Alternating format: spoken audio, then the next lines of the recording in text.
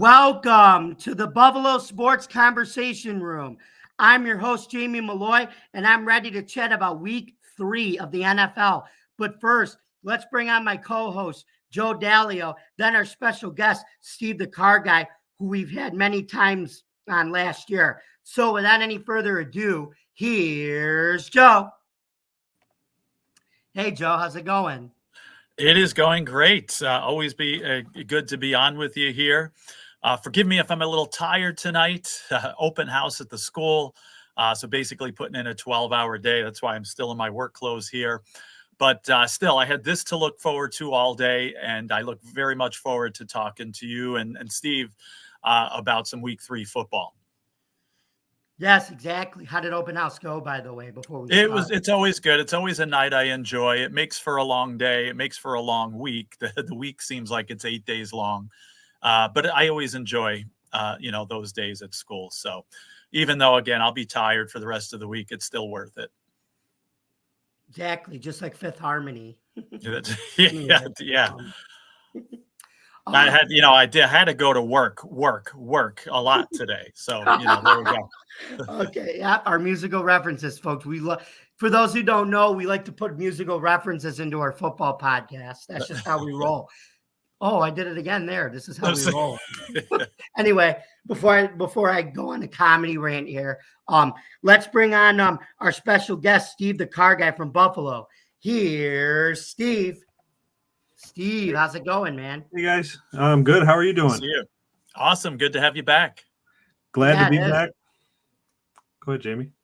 Can you believe it? Like I said, it's season 2 now of this podcast, I call it. So.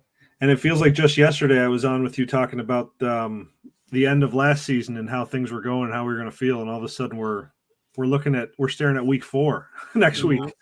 It's wild. Mm-hmm. Yep. So, are you guys all ready to talk about? First, we're going to talk about the Thursday night game between the New England Patriots and the New York Jets. I am ready. Let's do it. Anyway, so let's begin. The Jets started out fast with Aaron Rodgers throwing a touchdown pass to Allen Lazard, giving the Jets an early 7-0 lead. After New England punted, Breece Hall scored a 1-yard touchdown, giving the Jets a 2-score lead. New England got on the board with 3:56 left, with Joey Sly kicking a 44-yard field goal to bring the score to 14-13 Jets. The Jets drove all the way down to the New England 11-yard line, and this is very typical, but classic Greg Zuerlein fashion, misses a 45-yard field goal like he did with the Cowboys all the time. Anyway, the clock ran out, and the Jets led at the half, 14-3. After New England punt, Aaron Rodgers completed a 2-yard pass to Garrett Wilson to bring the score to 21-3. The Jets iced the game as Zuerlein actually made a field goal this time from 28 yards, and the Jets held on to win 24-3. So, Joe, Rodgers completed 27 to 35 passes for 281 yards and 2 touchdowns. So do you think he finally looked like he played a complete game? Because I didn't think he was going to be healthy after game 1, but you said he would be healthy, and you proved me wrong there. So go ahead, take it away. Prove me wrong again.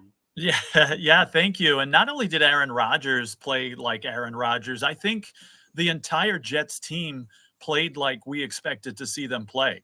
I mean, if you're going to talk about Rodgers, if my math is right, that's about 75% of his passes. So a couple of touchdowns, excuse me. And, we expected the Jets to be a pretty run-heavy team. Now, they had 109 yards rushing total between Braylon Allen and Breece Hall, and it was split right down the middle. Allen had 55, Breece Hall had 54. So, a good run game there. It wasn't the big guys that made plays. Ty Conklin led the team in receiving with 93 yards here, the tight end. And, I think we saw on defense here what we expected to see from the Jets on defense. Now, granted, you're playing the Patriots, who aren't exactly, the 1980 Chargers here. But, still, the Jets had 7 sacks on defense. They held Jacoby Brissett to 98 yards passing. So I think in all aspects here, we saw, a good running game, Jets. We saw Aaron Rodgers play, exceptional here, 75% of his passes. And I think I'm starting to see a theme that's always been a theme in the NFL, but I'm going to mention this in a few games here that I think is a big key. Now, this is the second game in a row that I believe the Jets had no turnovers. They didn't have any turnovers in this game. And I don't think they had one in the game that they won in week 2. So, they're playing mistake-free football. And I saw this in several of the games we're going to talk about. The team that didn't make mistakes is the team that won.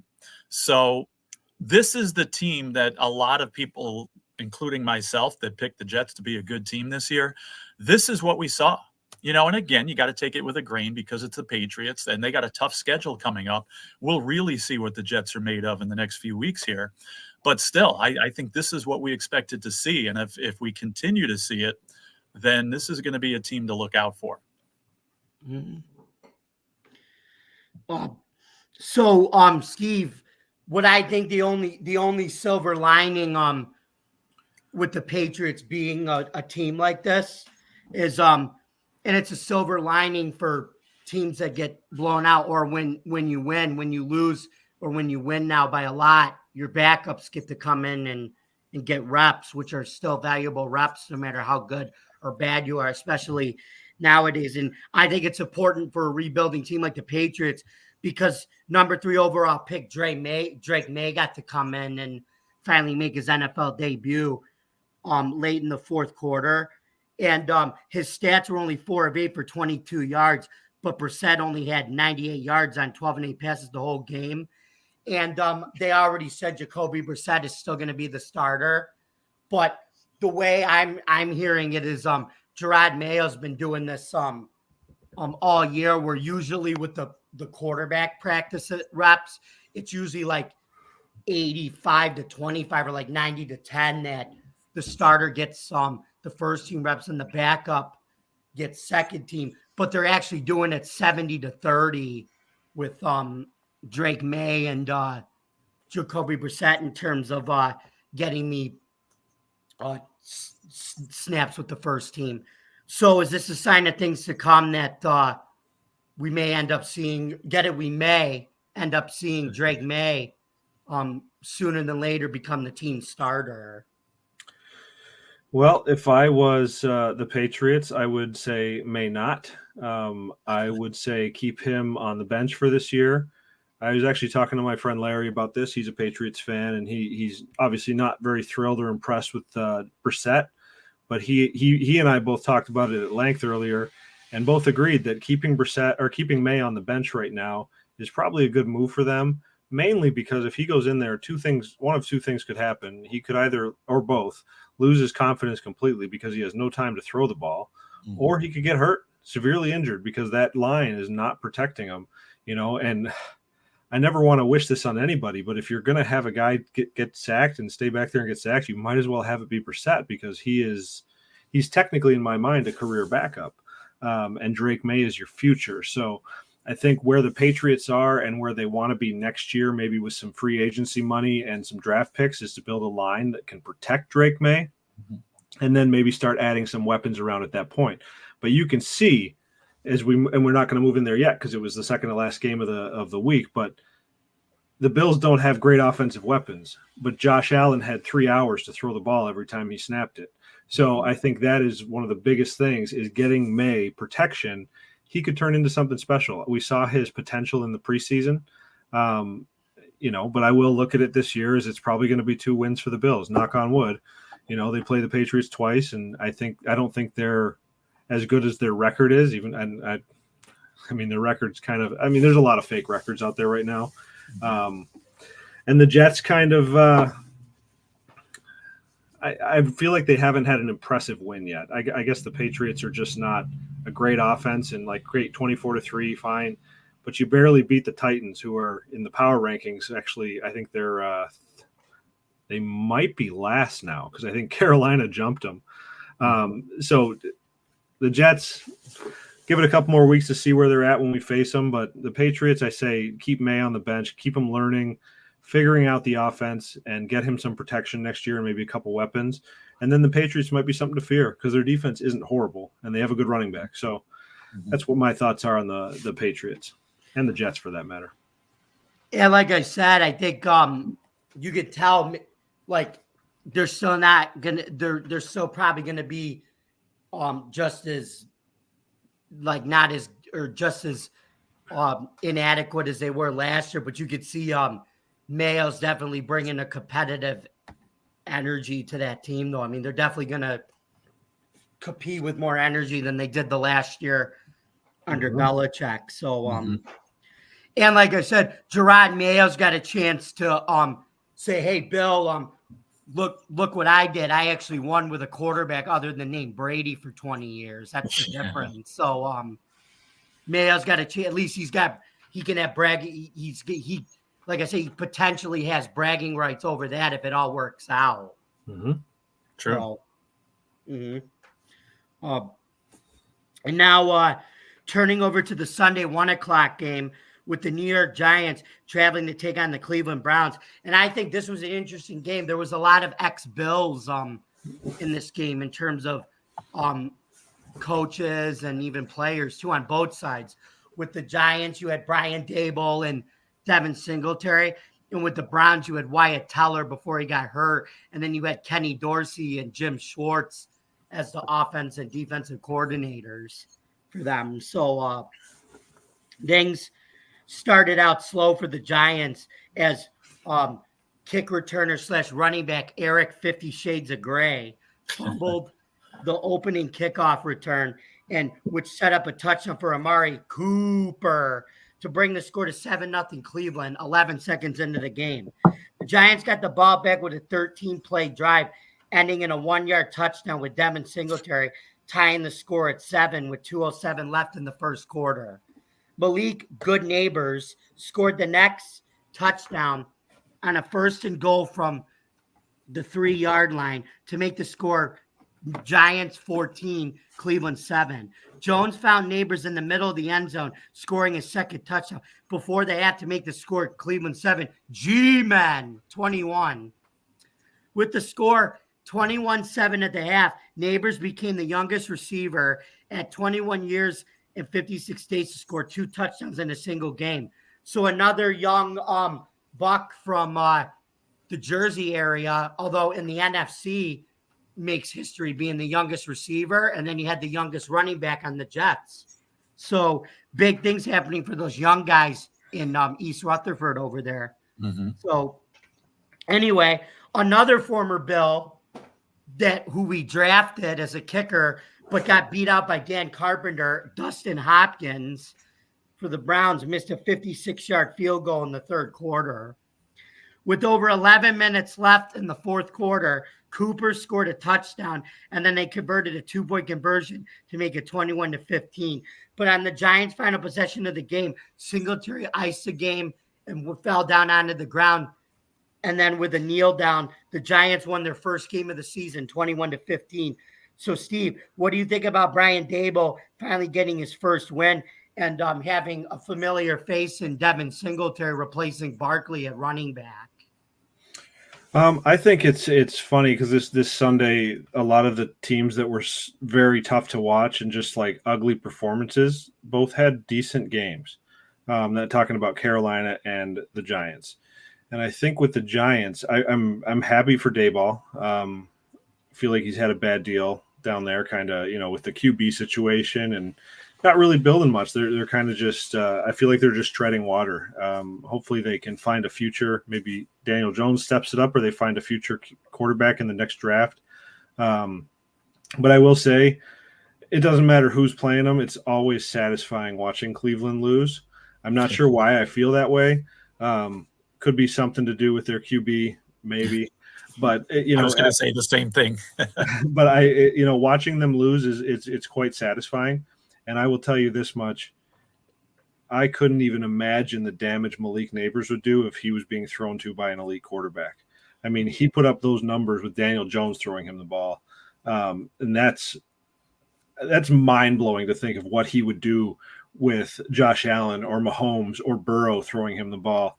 Thankfully, he's in the NFC because, man, that guy is unbelievable. And I really think the Giants are – I think the Giants are not – they're not scary at all. They don't scare me. Cleveland scares me more than them because their defense is good. But I'm happy for Singletary. And it was really, really awesome to see the level of Singletary's not the opposite of selfishness, to go down on the 1 yard line to kill the clock when he could have easily run it in for a score. So good for them. Happy for them. Happy for Daniel Jones too, to get a win under his belt, because I feel like he's been getting, yes, they're NFL players and they're paid a lot of money, but the hate that he's receiving from his own fan base it's pretty awful to watch. And I really not a fan of seeing people do that to their QB. So that's my thoughts on those guys. A good win. Enjoy it, because I don't know how many you're going to get this year, but good win for the Giants. And the funny thing is, though, Daniel Jones, like he at least he has shown glimpses that he can play. I think even with the contract, I still think he can play the game. It's just it's got to be more consistent. But there has been flashes of him showing he can do it, though. Yep. But here's the thing, though. See, here's the problem that I think the Giants have. The way the quarterbacks get all the money now, they're all basically guaranteed contracts. You can't really buy them out anymore like you used to, unless there's an emergency like Tua or something. But other than that, once you pay the quarterback all that money, you're basically stuck with them until something happens. That's how I feel like it is now, because like they get all the money no matter like, and it's like not just the elites get all the money, like the mediocres like Jones get the money now too. That's just the way it's going to be now. And if they do get a new coach or something happens to Dable, they're going to have to deal with them. I feel like that new coach is going to be stuck with them. Just like Trevor Lawrence with the Jags, right? I mean, they paid him massive money this summer. 5 years they have him now for, I think I pulled up the amount here, for $275 million. So that's an average of $55 million a year for a quarterback who hasn't won a game in, I think we're going on 9 weeks now straight of regular season games that he has not won. So it's a good point, Jamie. I mean, these people are stuck, and I think that's why the Bills got out from underneath Diggs, because, might as well take the nip in the butt this year and then not have him on a roster for 2 more years, killing our cap. So I know you can't do that with quarterbacks. It's different, but man, they screwed up a little bit paying that much money to Jones, and same thing with the Jags right now. Yeah, you can't do that unless you're the Denver Broncos and willing to pay $86 million to get rid of Russell Wilson. Yep, exactly. But like I said, that could end up working out, because Bo Nix looked good in that game against they look good. He looked good against Tampa. I still think he could be Denver's guy. You never know. I mean, yeah, but with Daniel Jones, it seems like whenever you're ready to bury that final bit of dirt over him completely, he breaks out and does something like this. Now, he had a game like he had 236 yards, a couple of touchdowns. He didn't turn the ball over. This is another one of those situations where it was a close game, and the team that didn't turn the ball over was the one that won, because Deshaun Watson had a decent game. And I, as I mentioned, I was just about to say, I talk about a quarterback I would love to see fall on his face. It would be this one. But he had a decent game, but the problem is he lost 2 fumbles, and that ultimately cost him the game because it was close. Otherwise, you had these other great plays here, with Neighbors and Singletary scoring. And, it's funny because I wanted Neighbors on my fantasy team and was going to try to get him, and I wasn't able to, and was a little disappointed. But then I'm thinking, oh, wait a minute, what am I worried about? He's got Daniel Jones throwing on the ball. But if Jones continues to have games like this, then, maybe it was a bad miss. But just when everybody's ready to completely bury Daniel Jones, he, comes out and plays a game like this. The problem with him is he plays too many other games that, people want to bury him. So if he can be a little more consistent, which again is tough to do with the line that they have and, with the setup and not much talent there. And, again, the Giants were my team growing up. I still root for them. I'd love to see Daniel Jones succeed. As Steve said, I don't think they're going to enjoy many victories here. So, you might as well enjoy this one. But, I could still see the Giants winning potentially, 7 games. Not that that's good, but they may not be as bad as people think they will. That might actually be considered a god. But the reason why they might win 7 games is because, like I said, Dable's just like he did with Buffalo, he's good at getting the most out of bad situations. I feel like he even did that last year in a tough year. I mean, he's gonna have that team competing, and he's a fiery competitor. Dable, he's always been. Definitely, and they should have beat Washington. That team could easily be 2-1 right now. They should have beat Washington, but they didn't. I know, but look at what Washington might be now after last night with possibly a rookie quarterback in the making, but we'll get to that later on.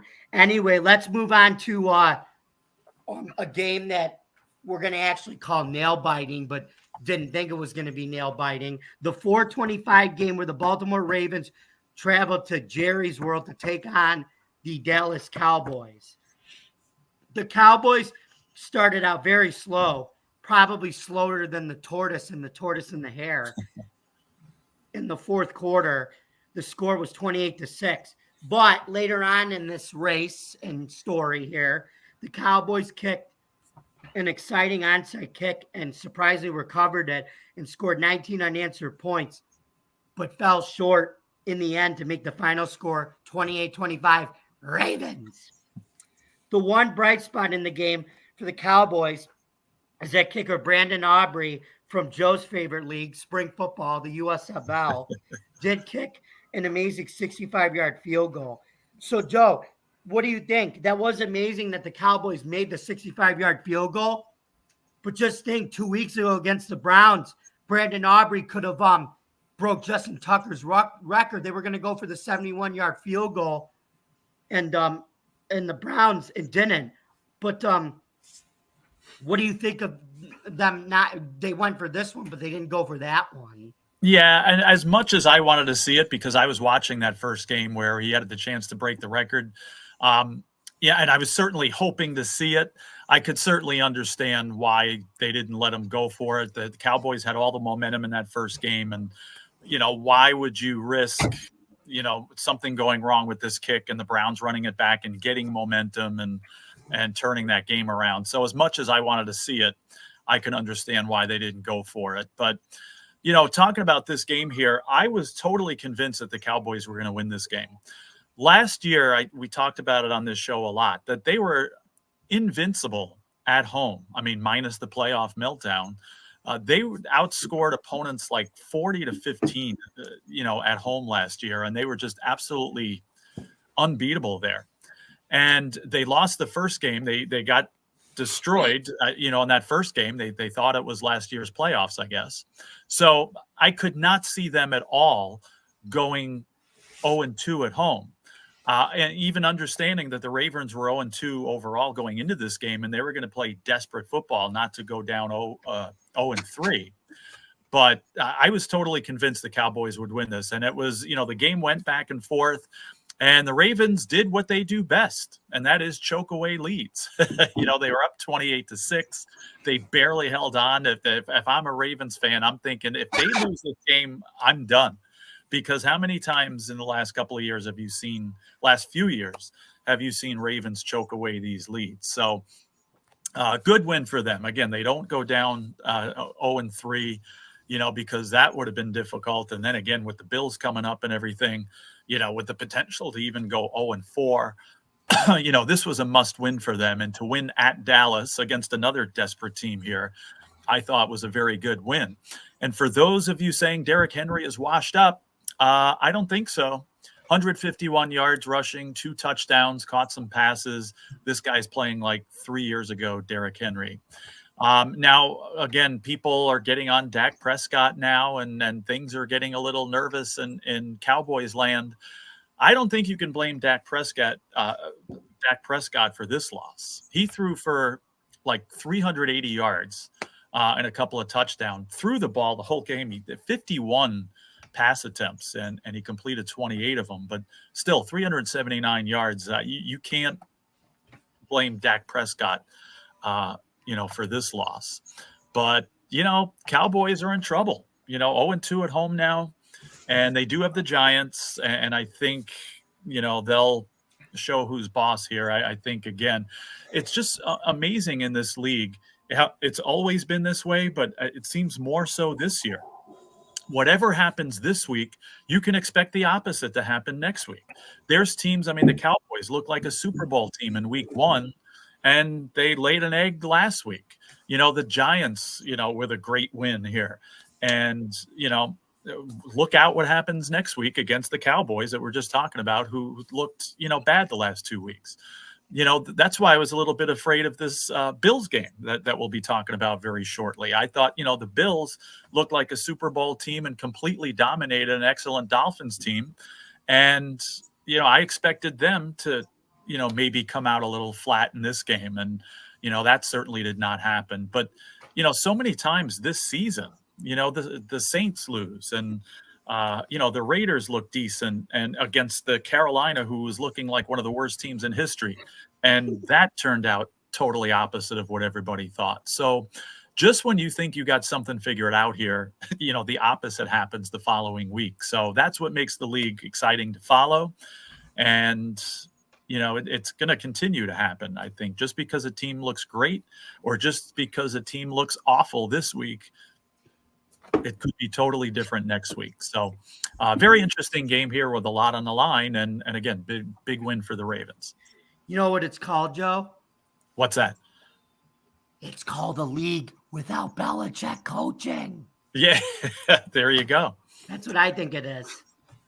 I know. You could call me a conspiracy theorist on that one, but I really do believe it's the post Belichick effect, where like there's no more of these type of coaches. You have new generation of coaches where they all want the prize now because the anointed one who had an anointed quarterback for 20 years, both of them aren't there anymore.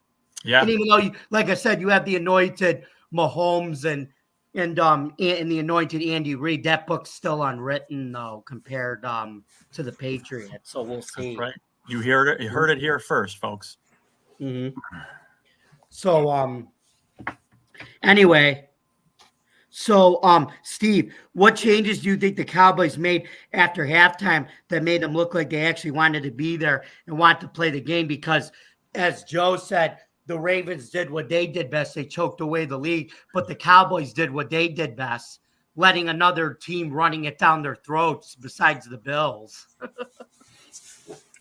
It's hard to say exactly what the Ravens did wrong or what the Cowboys did wrong and then did right. I mean, there's so many things, right? Because the game started out with the Ravens doing everything right and the Cowboys doing everything wrong. And then the second half happens and we're getting down to the end of the game. And you want to ask yourself, are the Ravens doing everything wrong now and the Cowboys are doing everything right?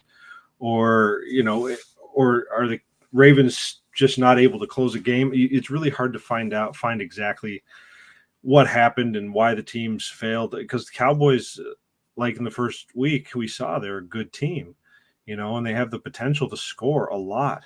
And so did they just get that much better in the second half, or did the Ravens get that much worse in the second half? So it was an interesting game. Believe it or not, I was rooting for the Ravens, and my only reason for that is because I did not want to go into Baltimore with them being 0-3, because we thought the Jags were going to be desperate. They weren't. I mean, maybe they were, but they couldn't do anything about it. But I think the Ravens desperate is very scary. So I think them getting that win under their belt to be 1-2. I think the Bills have a bigger chance at making them 1-3 than 0-4. So even in Baltimore, though. What's that? Even though it's at their house. And that I'm not worried about. A couple of years ago, the Bills were down 20-3 at halftime against the Ravens in their house, and they came back and won the game. Mm-hmm. So the Ravens are a solid team. I just don't know if they know how to close a game. They're better at losing a game or giving it away than they are at closing it out and winning it. They got away with this one because they got such a high lead so quickly. But I think the Bills, maybe I don't want to say this because I said that the Jaguars have been a thorn in the Bills' side, and the Bills finally removed that thorn and crushed them. I feel like the Bills have been a thorn in the Ravens' side. They just can't seem to win against the Bills. Maybe it's matchups, maybe it's coaching, maybe their offensive scheme does not do well against McDermott defenses. So it's going to be an interesting game. The Ravens are only favored because they're at home, but it's going to be our toughest matchup of the season, I think, because like Chris Brown said today on One Bills Live, he said, I think the Ravens are going to be there in the end of the season. I think they're going to be there in the running for the winning the AFC North. And they're that good of a team that they could be there, but they could also lose next week to the Bills very easily and let the Bills just do what they've been doing and torch them. So hopefully that happens, but the Ravens are scary, and Derrick Henry does not help that because that guy is the scariest player in the NFL. So we'll see how it goes, but I think the Bills can win that game. Like I also said backstage, though, Steve, the Ravens don't do well when they actually have to play defenses that can actually contain mobile quarterbacks. It can also stop the run, and the Bills are one of those defenses. The Cowboys aren't. So, Very much so. Cowboys have Micah Parsons on defense, and that seems to be about it. Well, so. They're good at rushing the passer, but they can't stop the run worth of what. Right, because that's what Parsons is good at. He's a good pass rusher, but he's not a good run stuffer. So, you might be able to get to the quarterback, but if the team decides to game plan well, which the Bills did last year against them, and just run all over them, Cowboys can't seem to adjust and figure that out. So, we'll see. I always argue there's nothing you can do if a team's running it down your throat, but still. Right. Anyway, now moving on to Sunday night's game, the Kansas City Chiefs matchup against the Atlanta Falcons, the 8:20 game. The Falcons started out fast, taking the first drive of the game for a touchdown, making the score 7-0. The second quarter went back and forth as Kansas City tied the game at 7. Atlanta then responded back with a touchdown and brought the score to 14-7 late in the corner. The Chiefs came back with 2 Harrison Buckner field goals to cut Atlanta's lead to 14-13 at halftime. Kansas City came out rolling like Limp Bizkit in the third quarter as they scored 9 unanswered points to bring the score to 22-14 at the end of the third quarter. The Falcons then hit a field goal and they cut the score to 22-17. But needing a 4th down conversion late in the fourth quarter, they failed to get it as Kansas City's defense stuffed them, bringing the final score to 22-17. So, Joe, what did you think about Atlanta beating out Philly last week and keeping up with Kansas City Sunday night? With Raheem Morris coaching in his first year, I think he's bringing new energy to the team because they already have a good offensive line and a good offensive scheme left from Arthur Smith.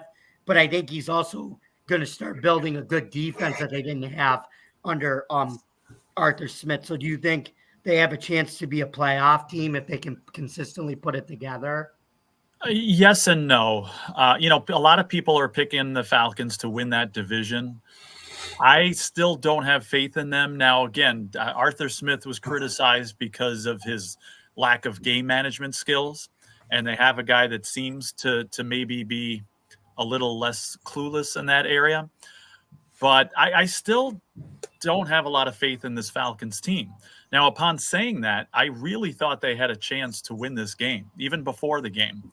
I said I could see, the Falcons giving the Chiefs some issues here. Think the Chiefs played later in the week last week, if I'm not mistaken. So, or no, it was the Falcons that had. I don't know, but I thought the Falcons had a chance in this one, and they let it slip away. And again, this Chiefs team, there's so many good things about them. I mean, I hate to see them keep winning. Nobody really stood out in this game. Even Patrick Mahomes, he just played a business as usual kind of game. Now, Rashee Rice stood out, 12 receptions, 110 yards for a touchdown. So, he was amazing. Mahomes was, again, 2 touchdowns, but he had an interception. And again, nothing spectacular here. The Falcons didn't have anything spectacular either, but I thought they had a chance. Now, I predicted the Saints to win this division in the beginning of the season. I still think they're going to. I think maybe the Falcons can sneak into the playoffs. In the beginning of the season, I said they would not, and I'm going to stick with that. I don't think they're a playoff team at this point, but at the same time, I think they're going in the right direction. So maybe in a year from now, with a year under this system and, again, a little bit more of a positive mindset there, I think maybe we can talk about them winning divisions then, but I still think they fall a little bit short this year. Yeah, because like I said, they're starting to become a fun team to watch, though, at least. I feel like with the talent and the pieces that they've got. And they'll be a tough out for anybody. I mean, again, they played the Chiefs tough here, and I think they're going to play a lot of tough games. I just think they're going to come out on the losing end a little bit more in those close games than games that they win in that situation. Mm-hmm. And Steve, I have to ask your honest opinion of that non-pass interference call with 4 minutes left in the game. Was it or was it not Pitts being held, or should I say picked up and carried? Because I was watching a video with my editor and producer earlier earlier in the day. Sorry, let me get that out. Earlier in the day. What happened was we were comparing that to the Kansas City Chiefs Bengals penalty. And guess what? They didn't call it on Pitts, right? But when they did it when Cincinnati did it to Kansas City on 4th and 16, it was the same play, and they called it a penalty on that. So what do you think? Are the Patriots starting to become, or sorry, not the Patriots, the Chiefs? Although we should call them the modern day Patriots because they're synonymous. Like they got the refs on their side now.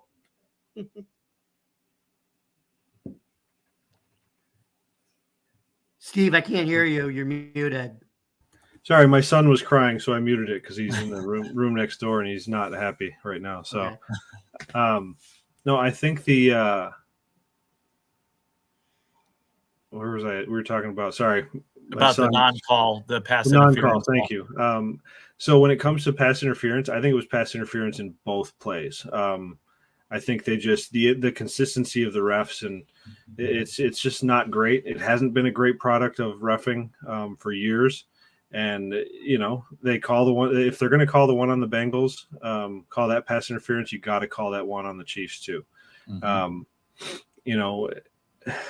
I don't know what they're afraid of. Are they afraid that Mahomes is going to get angry that they called back something, or they called pass interference on the stupid play and it ruined the game, like he did the one, like the offsides with Tony last year? So I don't know what the refs are thinking and seeing, but the entire nation saw that as pass interference. I believe even a lot of Chiefs fans were chiming in saying, yeah, that probably should have been called. So the refs just got to do better. I mean, it's like they're not even trying to hide it anymore that they're favoriting the Chiefs. So it's, like I said, if they called that pass interference, I wouldn't have anything to say about either game because I'd be like that. They were both good calls. The next question. But when it comes to the favoring, the Bengals got ripped because the Falcons got ripped. That's the way I look at it. You got to call both those, and it's just lack of consistency across the board. Even when it comes to hip drop tackles, I don't even think the refs know what that is right now. And they're, it's happened multiple times, and players have gotten hurt, and they haven't called one penalty on it. So, it's hard to say from an outsider looking in on, as an outside fan base looking at that game, and but the entire world saw it, and they said that was pass interference. So refs got to call that. That's my 2 cents on it. I completely agree with all that. Call me. Give me a cup of coffee and call me the entire world, because I agree too. Fantastic. Anyway, I don't need coffee. I'm already hyper enough. So moving on to the game that everyone has been waiting to talk about, especially on this podcast, the Monday night Jacksonville Jaguars at the Buffalo Bills 47-10 blowout game. So here we go. Key key notes of the game. Josh threw to 10 different receivers. Damar Hamlin got his first career interception. Congratulations, young man. You deserve that after everything that's happened to you. Casey Toohill came from nowhere to get 2 sacks. The Bills scored Toohill getting 2 sacks. The Bills scored touchdowns in all 5 of their first half drives. Rookie wide receiver Keon Trenchcoat Coleman and rookie running back Ray Davis got their first taste of the end zone Monday night. Josh completed 23 of 30 passes for 263 yards and ran for 44 yards. We're hearing the crowd shout, MVP, MVP. So, guys, what do you want to say to those stats? Steve, you want to go first? Sure. I think Josh Allen's overrated, honestly. I agree with that ESPN guy. I actually put a tweet out last night telling, hoping Bills Mafia would just start chanting overrated as he was going into the locker room, because I think that would just be a hilarious thing. But, man, that game all around, it's fun to watch. It was nice to relax. I even won my squares, which I've never won before. Wow. So that was a nice little cherry on top at the end of the game. But what can you say about this? I mean, the number of firsts, like you mentioned, Jamie, with first touchdown for Keon Coleman, keep that game ball. First touchdown for Ray Davis, keep that game ball. First interception for Damar Hamlin, keep that game ball. First sack for was it Javon Solomon, right? Mm-hmm. Got a sack last night. So there was so many firsts, and man, someone talked about it earlier too. That I think you mentioned it earlier too, Jamie. That when the game comes down to it, and the Bills are dominating that much, their backups get to come in the fourth quarter and have some very valuable reps against most of the Jags team that was out there the entire game. And I think that's huge. If your team can put away a team technically in 2 quarters, I really think that the Bills have something going well where they're going to be able to develop their depth, which is very hard for teams to do in today's NFL because so many games are close. Mm-hmm. So I'm taking it 1 week at a time. I'm enjoying the games, just enjoying the ride. I'm not looking at the Super Bowl until the playoffs get here. Just enjoy every game and have fun with it. And the Bills they're putting themselves into a position to be very, very difficult to beat. And it's exciting because my expectations are lowered this year, like everybody's, mm-hmm. including the national media on the Bills.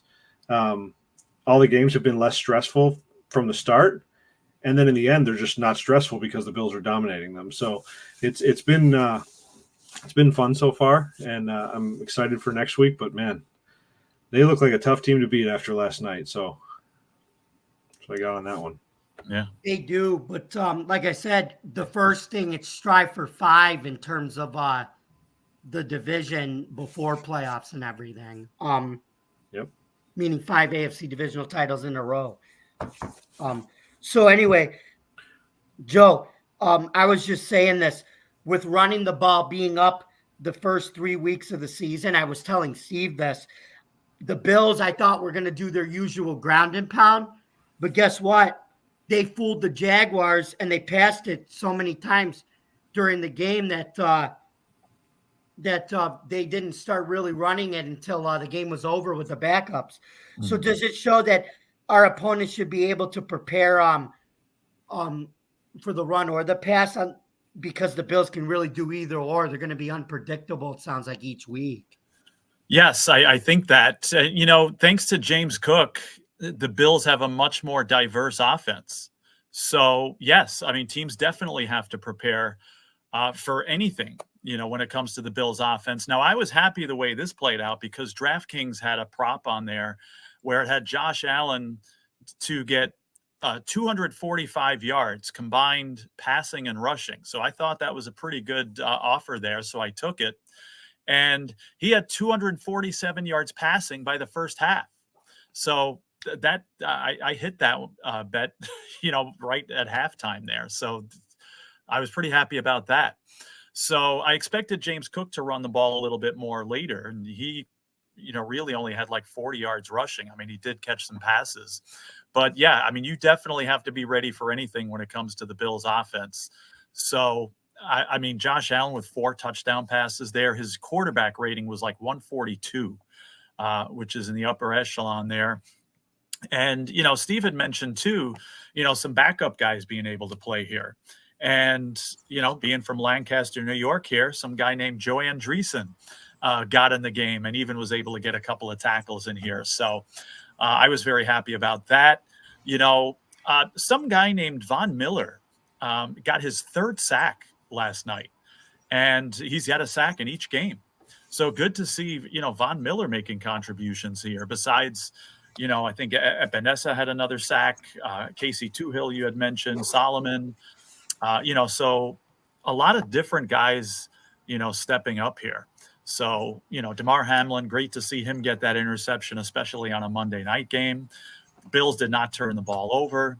So, just domination. This is now, my bedtime as time goes on gets earlier and earlier. So it gets a little more difficult for me to watch these games and watch them in their entirety, these primetime games. But now this is the 2nd game in a row where I could go to bed about 10 o'clock knowing full well that this game was totally in control and that the Bills had it. So dominating performance twice in a row. Again, they dominated so much, the 2nd game against Miami that I was a little curious as to how they were going to come out. But they answered that question almost immediately with another dominating performance. Exactly. So let's see here. So Steve, turning our attention to next week's Sunday night game against the Baltimore Ravens. Do you think that the defense will at least be able to contain Derrick Henry and Lamar Jackson like they did to Trevor Lawrence and Travis Etienne? Because we talked about it. Like I said, the Bills have a scheme against the Ravens that seemed to work because the Bills cannot, like I said, they can shut down the pass, but they can also stop the run better than any defense in the league. So what do you think? I think that I would love to have Matt Milano back there. That's one thing I think I would like. Wouldn't mind having Teron Johnson or Terrell Bernard in there too. But I do think that Dorian Williams is going to play a big role next week for his speed, right? Because the Ravens have power with Derrick Henry, and I think Balin Spector is a good hitter, and he's a bigger linebacker than Bernard, so he might do better against Henry than Bernard would. And Dorian Williams, I think if they ever decide to spy somebody, have a guy spy Lamar Jackson, Dorian Williams might be that guy because he's the one who can catch Lamar Jackson if he goes out of the backfield. Hopefully he doesn't over pursue. He has improved significantly. And their defensive line, I think with the way they're playing, like you said, Joe, with like Von Miller, like there's this guy, his name's Von Miller. Like people have forgotten about him. And has 3 sacks, and I looked it up, and he's only playing 36% of the snaps on defense. Wow! So imagine if that guy was playing more, right? Like he's looking like vintage Vaughn, which is amazing. Right. So it's going to be a tough fought game. I do not think it'll be a blowout. I have that gut feeling that it won't be. But I do think it's a very winnable game. The problem is it's very winnable for both teams. So I think that the Bills match up nicely against them and will do well. It stinks that it's in Baltimore, but the Bills also travel well. So does their fans. So with it being a closer game, there might be a good amount of fans out there on a Sunday night. Who knows? I won't be going to any away games at night because I get up so early the next day for work. But it is a very, very winnable game for the Bills. And if they play the way they should, and Josh Allen plays the way he's been playing for the last couple of weeks, or I guess we want to say it'd be 10 and a half quarters that Josh Allen's been playing the way he's been playing, they won't be beat. The Ravens will fall to the Bills at that point and become roadkill on their turf. So I like that roadkill. Yeah.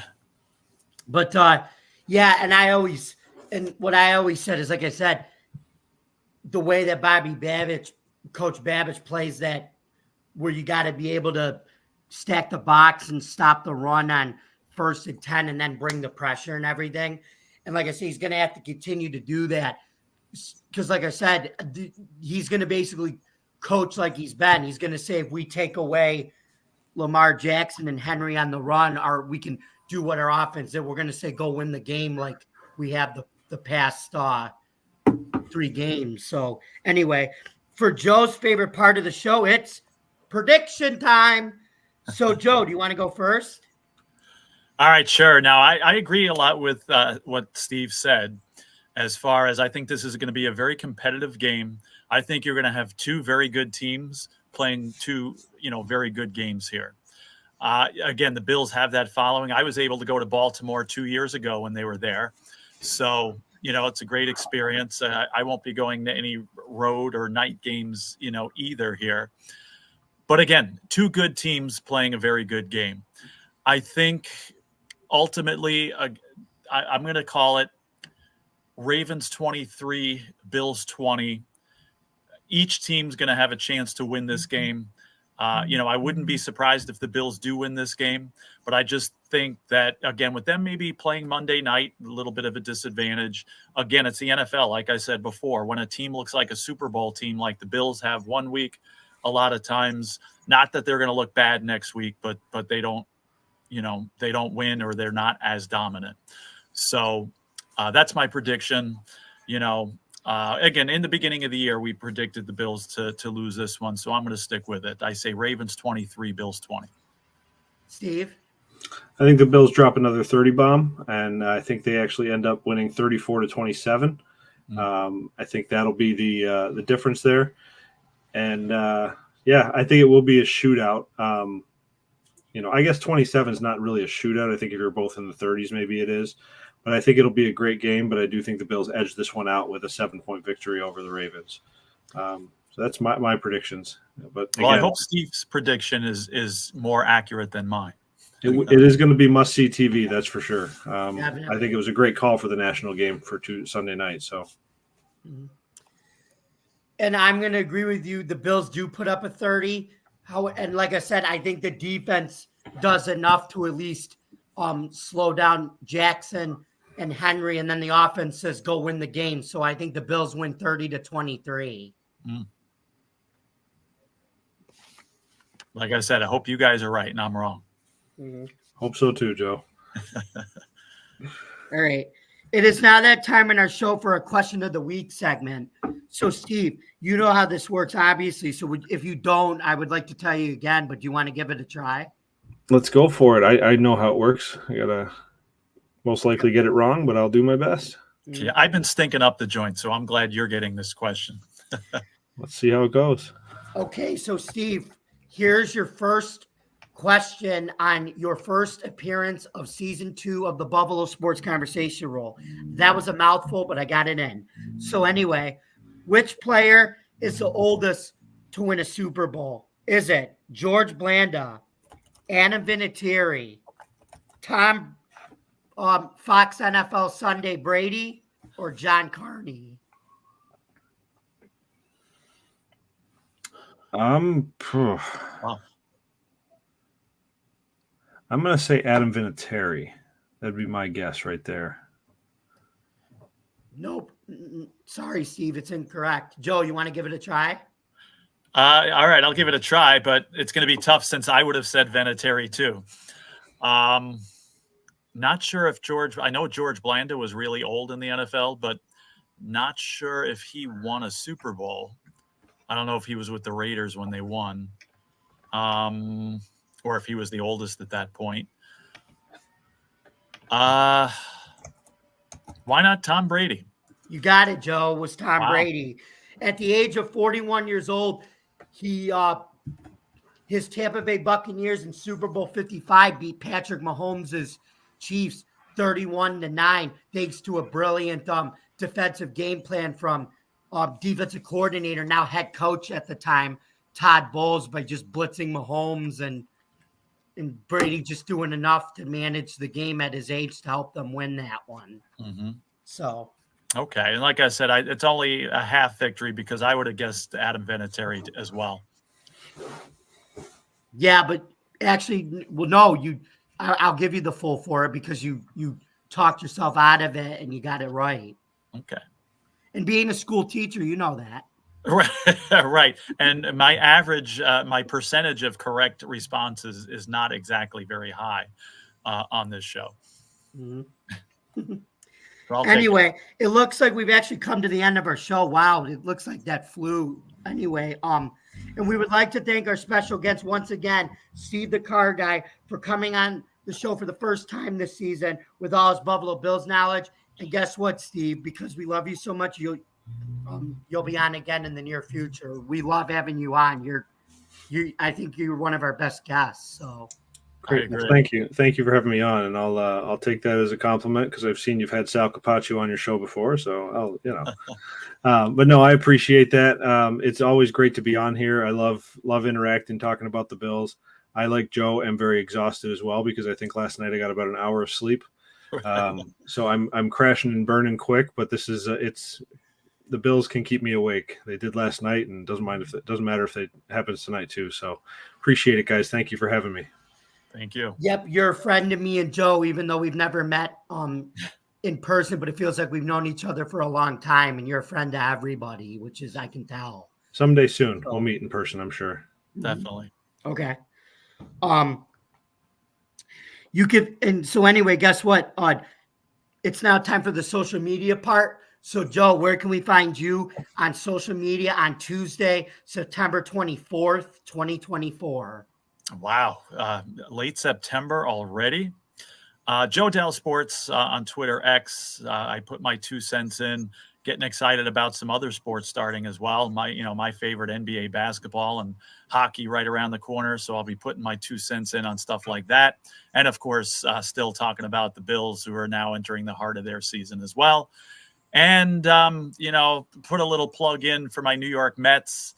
We had our baseball podcast over the summer, and the Mets are in good position here. I don't know how they're doing tonight, but in good position to make a playoff run here and to get in the playoffs. So I'll be sharing about that stuff on there as well. And Joe, what about a year? What a year to do it too, since guess what? Fun fact, this is going to be the first time since 2014 that nobody in the regular season is going to win 100 games. That's crazy. And again, the Mets have already gone above and beyond what I thought, but still that there's still a long way to go possibly. So we're going to keep our fingers crossed for that. So anybody, it's the MLB crapshoot playoffs coming up. So, anybody can win it. And especially in a year, like I said, where nobody cracked that hundo mark, as Pat McAfee would say, the hundo, right? That's right. Anyway, Steve, where can we find you?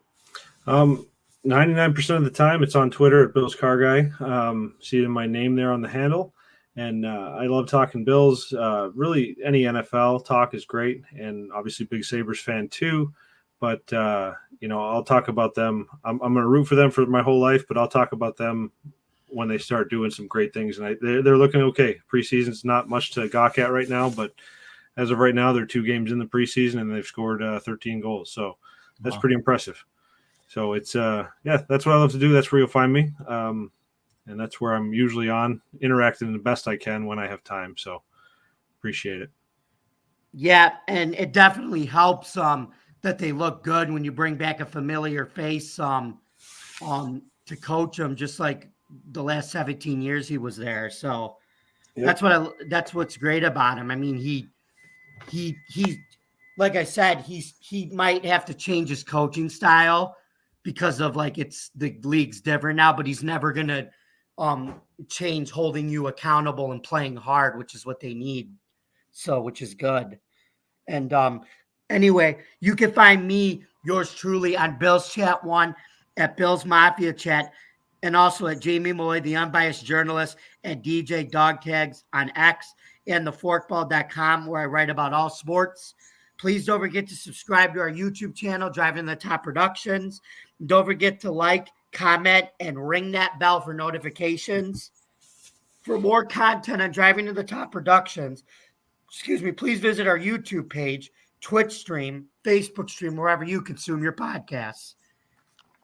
Thank you very much for listening. And remember, folks, Kyle Pitts was being held in the end zone.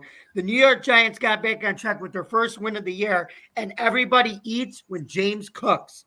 But more importantly, to quote our friend Chris Berman, nobody circles the wagons like the Buffalo Bills. See you next week, folks. All right. See Good you night, guys. everybody. Bye. To rock this place.